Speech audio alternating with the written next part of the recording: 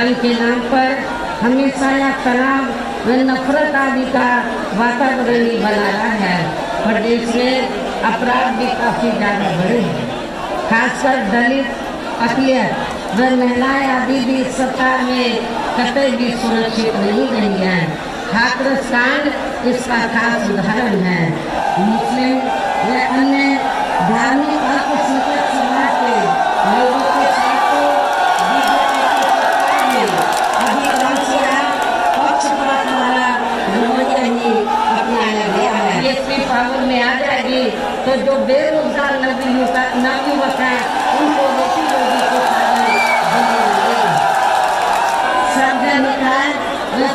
सुधार को लेकर जो भी कार्य करने के लिए कहा है तो उन पर भी जरूर अमल किया जाएगा। सरकारी भूमि आवंटन में SC/ST को मिलने वाली प्राथमिकता को खत्म कर दिया गया। SC/ST की भूमि खरीदने को लेकर नया संशोधन लेकर आए जिसमें बिना DN की अनुमति के कोई भी उनकी जमीन खरीद सकता था। अपनी बहनी को 5वीं बार उत्तर प्रदेश का मुख्यमंत्री जरूर बनाएंगे।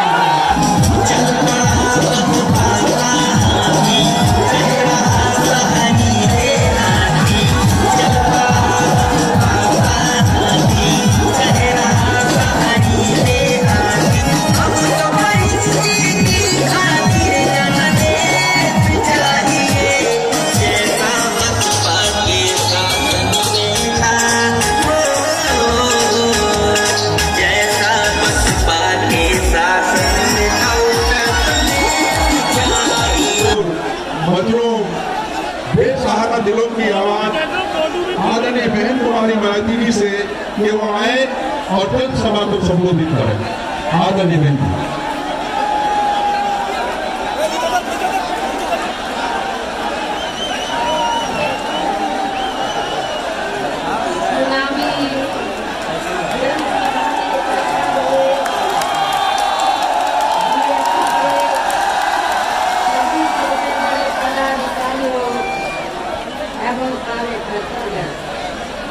आज आप लोग उत्तर प्रदेश में विधानसभा के लिए हो रहे आम चुनाव में कोरोना नियमों का पालन करते हुए अपनी पार्टी के अलीगढ़ मंडल के उम्मीदवारों के समर्थन में मुझे सुनने के लिए यहाँ इकट्ठा हुए हैं।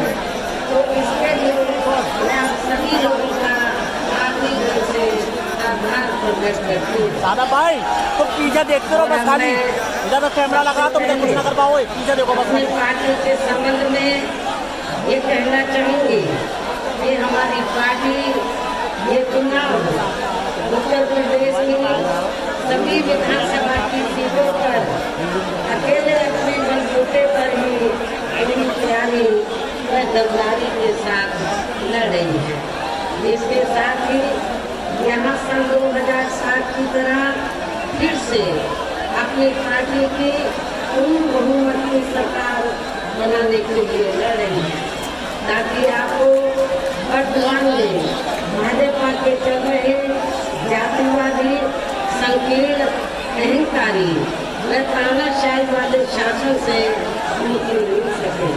इसके साथ ही हमारी पार्टी ने पूर्व की तरह इस चुनाव में भी BSP से जुड़ने की तादाद को ध्यान में रखकर फिर उसी अनुपात में ही यहाँ सभी समाज के लोगों को टिकट मिली है।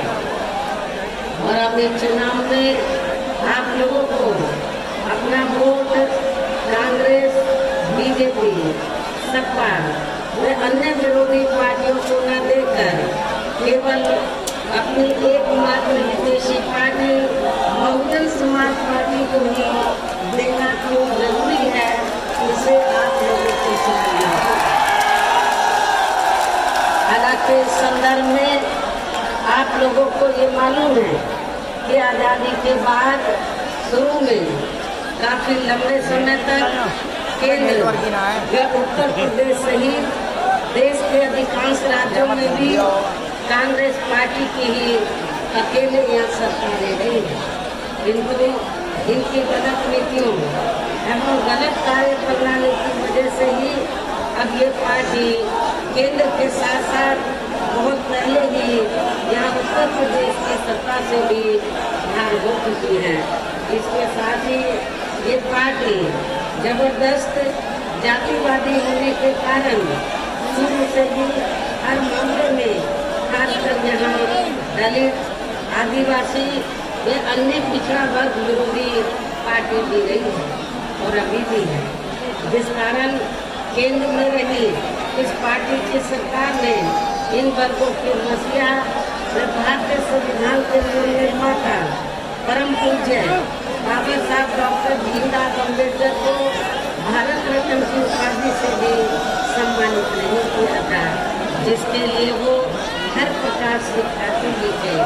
इतना ही नहीं बल्कि इनकी मूवमेंट को आगे बढ़ाने के लिए अपनी पूरी जिंदगी समर्पित करने वाले मान्यवर श्री कांशीराम जी के देहांत होने पर भी केंद्र में उस समय इसी कांग्रेस पार्टी की रही सरकार ने उनके सम्मान में एक दिन के लिए भी राष्ट्र शोक घोषित नहीं किया था तथा न ही इस पार्टी की रही सरकार ने पिछड़े वर्ग की आरक्षण संबंधी मंडल कमीशन की रिपोर्ट को भी लागू किया था, जिसे फिर बीएसपी ने अपने कड़े प्रयासों से केंद्र में रही श्री बीपी सिंह की सरकार से ही लागू कराया था।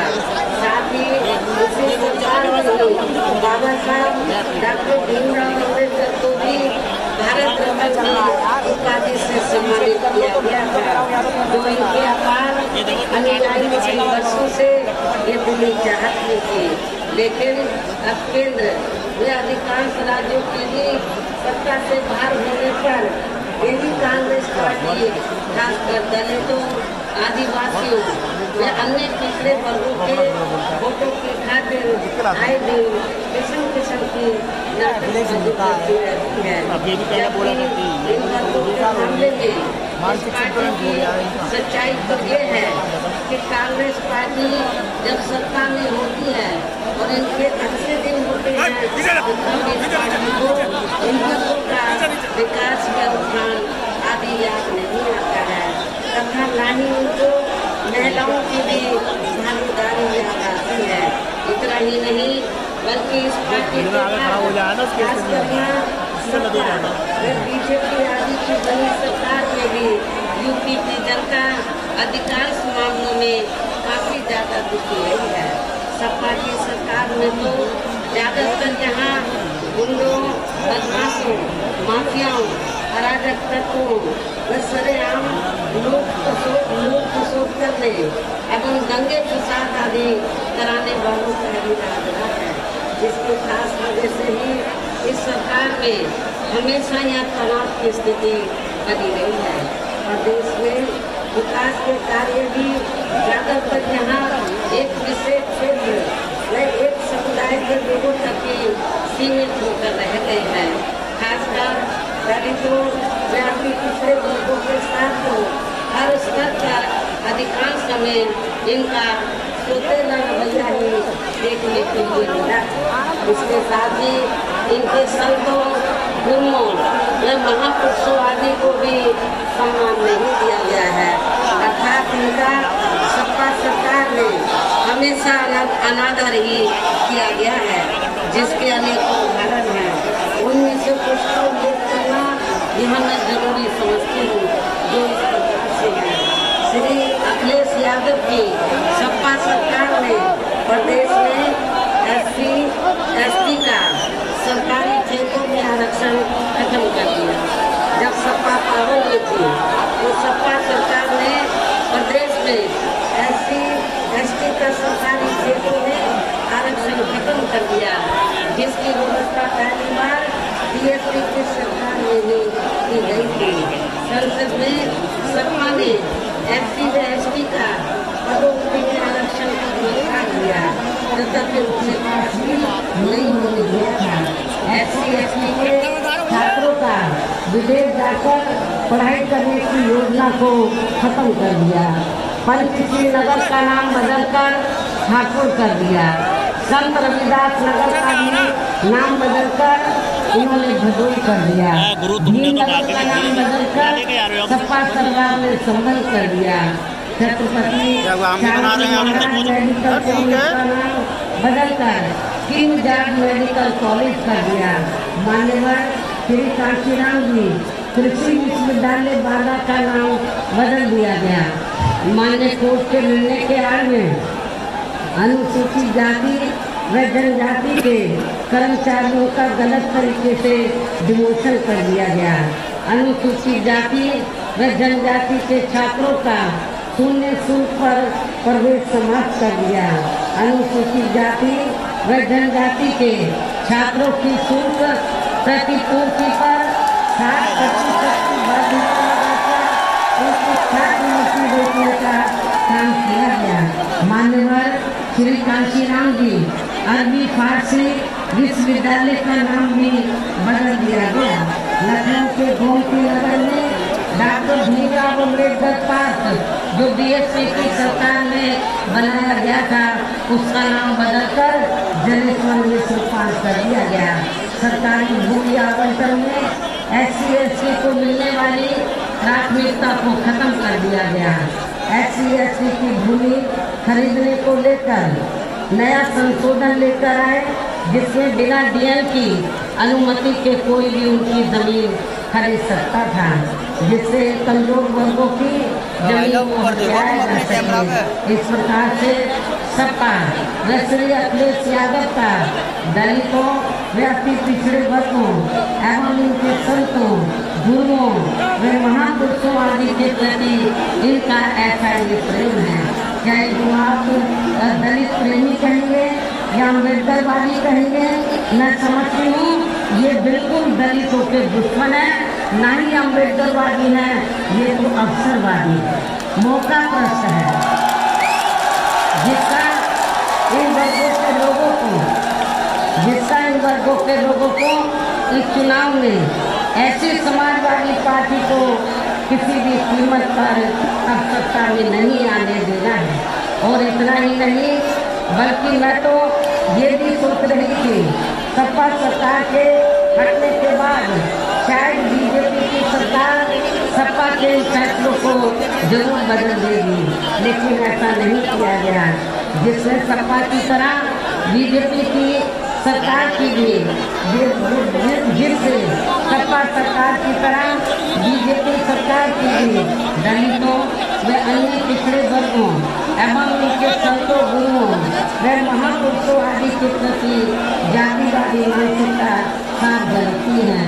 इसलिए इस चुनाव में सपा के साथ साथ बीजेपी को भी हमें सत्ता में आने से जरूर रोकना है। इसी प्रकार भारतीय जनता पार्टी की सरकार की नीतियाँ व कार्यशैली अधिकांश यहाँ जातिवादी पूंजीवादी एवं RSS के संकीर्ण एजेंडे को ही लागू करने पर टिकी रही है, जिससे प्रभावित एवं शिकार हुए लोगों का इस सरकार में सही से विकास व उत्थान आदि नहीं हो सका है।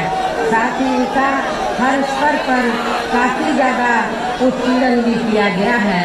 धर्म के नाम पर हमेशा यह तनाव व नफरत आदि का वातावरण ही बना रहा है।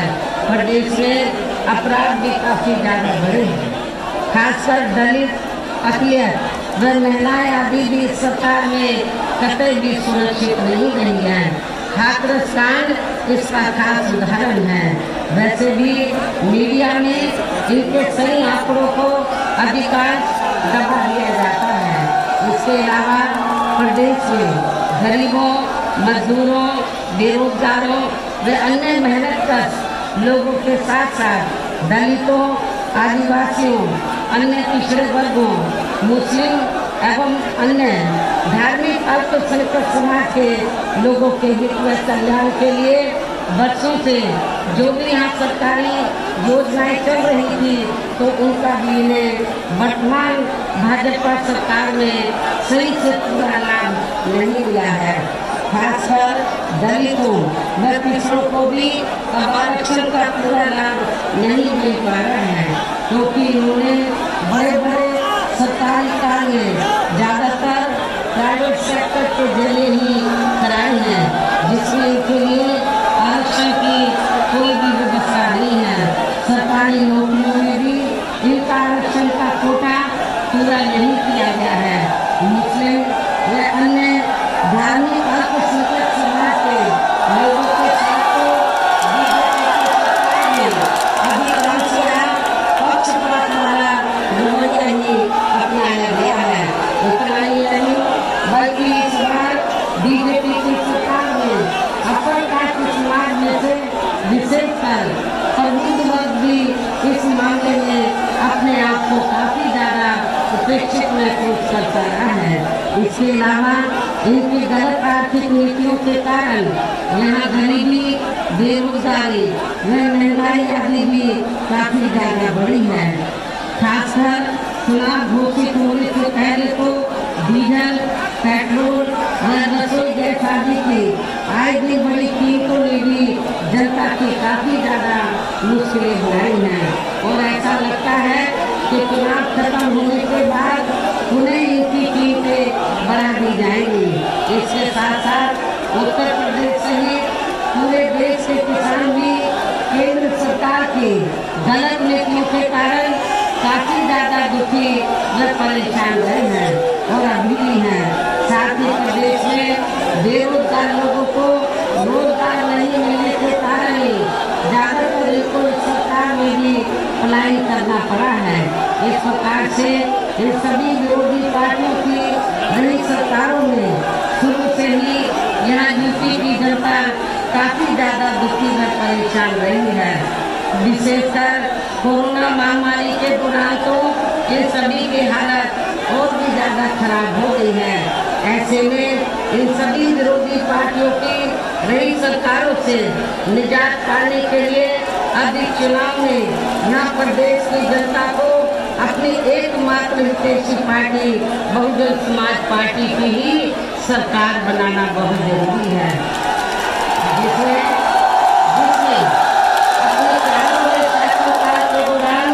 बिना पक्षपात व भेदभाव आदि के यहाँ कमजोर एवं उपेक्षित वर्गों के लोगों के साथ साथ सब समाज में से गरीबों, मजदूरों, बेरोजगारों, किसानों, व्यापारियों, कर्मचारियों, वकीलों एवं अन्य मेहनतकश लोगों के साथ ही युवाओं, छात्रों, महिलाओं व बुजुर्गों आदि के भी विकास एवं उत्थान के लिए अनेकों ऐतिहासिक व महत्वपूर्ण कार्य किए हैं और इस बार सरकार बनने पर वो सभी कार्य फिर से शुरू किए जाएंगे। इसके अलावा बीएसपी की नई सरकार ने दलित एवं अन्य पिछड़े वर्गों में जन्मे अपने महान संतों, गुरुओं व महापुरुषों आदि को भी विभिन्न रूपों में पूरा आदर सम्मान दिया गया है और आगे भी इनके सम्मान में कोई कमी नहीं छोड़ी जाएगी। प्रदेश में विशेषकर गरीबी व बेरोजगारी आदि को दूर करने के लिए इस बार भी जरूरी कदम उठाए जाएंगे। आप लोगों को मालूम है, चाहे सपा की सरकार रही हो या बीजेपी की, जो बेरोजगार लोग हैं, खासकर नवयुवक लोग, उनको रोटी रोजी के साधन नहीं मिले। जब मेरी सरकार थी 4 बार तो बेरोजगार लोगों को बड़े पैमाने पर रोटी रोजी के साधन मिले और मैं आप लोगों को विश्वास दिलाना चाहती हूँ, जब इस बार बीएसपी पावर में आ जाएगी तो जो बेरोजगार नवयुवक हैं उनको रोटी रोजी के साधन मिलेंगे। इसके साथ ही किसानों को भी किसी भी मामले में निराश नहीं होने दिया जाएगा। गन्ना, खासकर गन्ना किसानों का आपको मालूम है कि मेरी सरकार ने जो बकाया पड़ा था वो पूरा किया और डबल और गन्ने का दाम बढ़ाया और मैं फिर किसानों को विश्वास दिलाना चाहती हूँ, जब बीएसपी पावर में आएगी तो किसानों को सस्ता उचित दाम दिलाया जाएगा और उनको खेती करने के लिए सस्ते साधन उपलब्ध कराए जाएंगे। इसके अलावा आज के अलीगढ़ मंडल की जो भी यहाँ शारीरिक समस्याएं होंगी तो उन्हें भी दूर करने का पूरा प्रयास किया जाएगा। इसके साथ साथ केंद्र व यूपी सरकार के भी विवादित नियमों व कानूनों को यहाँ लागू नहीं होने दिया जाएगा।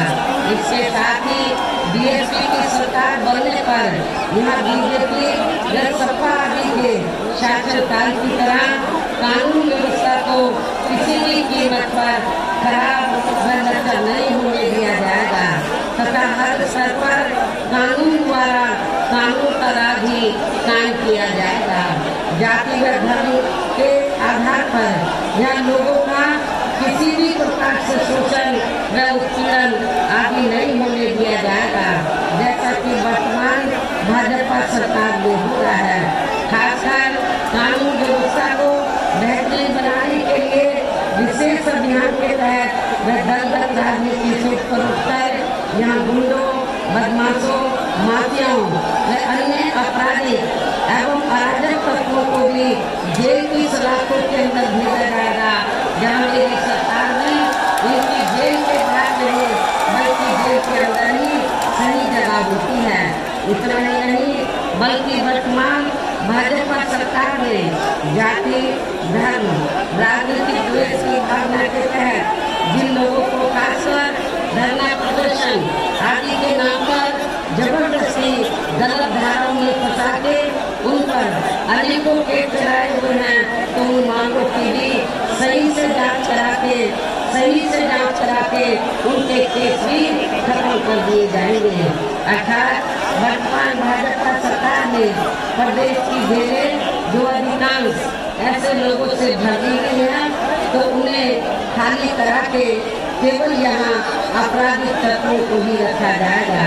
इसके अलावा प्रदेश में खासकर शिक्षा के क्षेत्र में व अन्य और विभागों के लिए कर्मचारी जो आईडी अपनी मांगों को लेकर धरना प्रदर्शन एवं हड़ताल आदि करते रहते हैं, तो उन सभी मांगों को निपटाने के लिए एक आयोग का गठन किया जाएगा और उनकी सही मांगों को मान लिया जाएगा।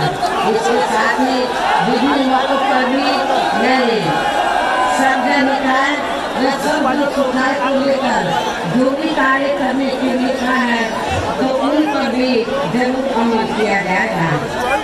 लेकिन ये सभी कार्य करने के लिए इस चुनाव में या बीएसपी की सरकार बनाना बहुत जरूरी है, जिसके लिए पार्टी के लोगों को वोट पड़ने तक या सभी विरोधी पार्टियों के साम दाम दंड भेद आदि हथकंडों से भी जरूर सावधान रहना है। और इस मामले में विरोधी पार्टियां चुनाव होने से कुछ समय पहले व चुनाव के दौरान भी अपने अपने पक्ष में हवा बनाने के लिए खासकर मीडिया व ओपिनियन पोल एवं सर्वे आदि का जो बड़े पैमाने पर गलत इस्तेमाल करती हैं, तो उससे आप लोगों को बिल्कुल भी गुमराह नहीं होना है।